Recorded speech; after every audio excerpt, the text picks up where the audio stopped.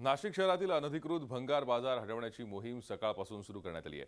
25 acre जागेवर अनधिकृत भंगार बाजार गेल्या 17 वर्षांपासून थाटण्यात आला होता।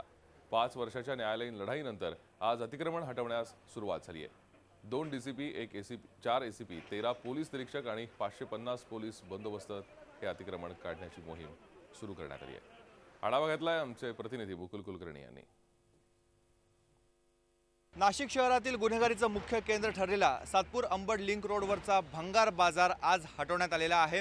आज सकाळी 7:30 वाजल्यापासूनच भंगार बाजारावर बुलडोजर चालवण्याचं सत्र हे सुरू झालं होतं। नाशिक महानगरपालिका आणि पोलीस प्रशासन यांच्या संयुक्त विद्यमाने ही कारवाई करण्यात आली।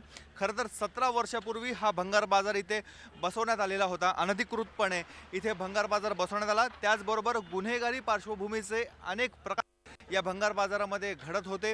इथे दहशत एक प्रकारची माजवण्यात आलेली होती, त्यामुळे इथे येण्यास कोणी धजावतही नव्हतं।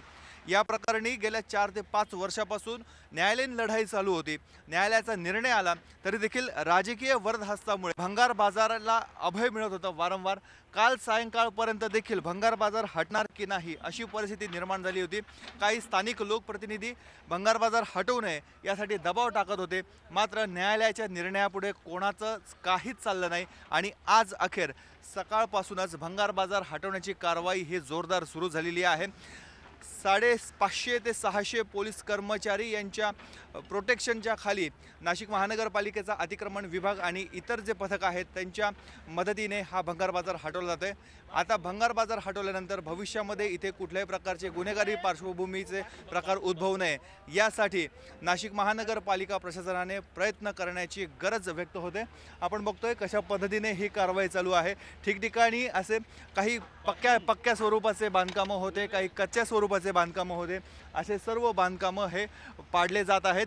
इथून पुढे नाशिक महानगरपालिकेची एक जबाबदारी राहणार आहे, इथे परत कुठल्याही प्रकारचा अनधिकृत वस्ती तयार होणार नाही आणि गुन्हेगारीला चालना मिळणार नाही। व्हिडिओ जर्नलिस्ट सोनू भिडेचा मुकुल कुलकर्णी, झी मीडिया, नाशिक। झी 24 तास रहा एक पाऊल पुढे।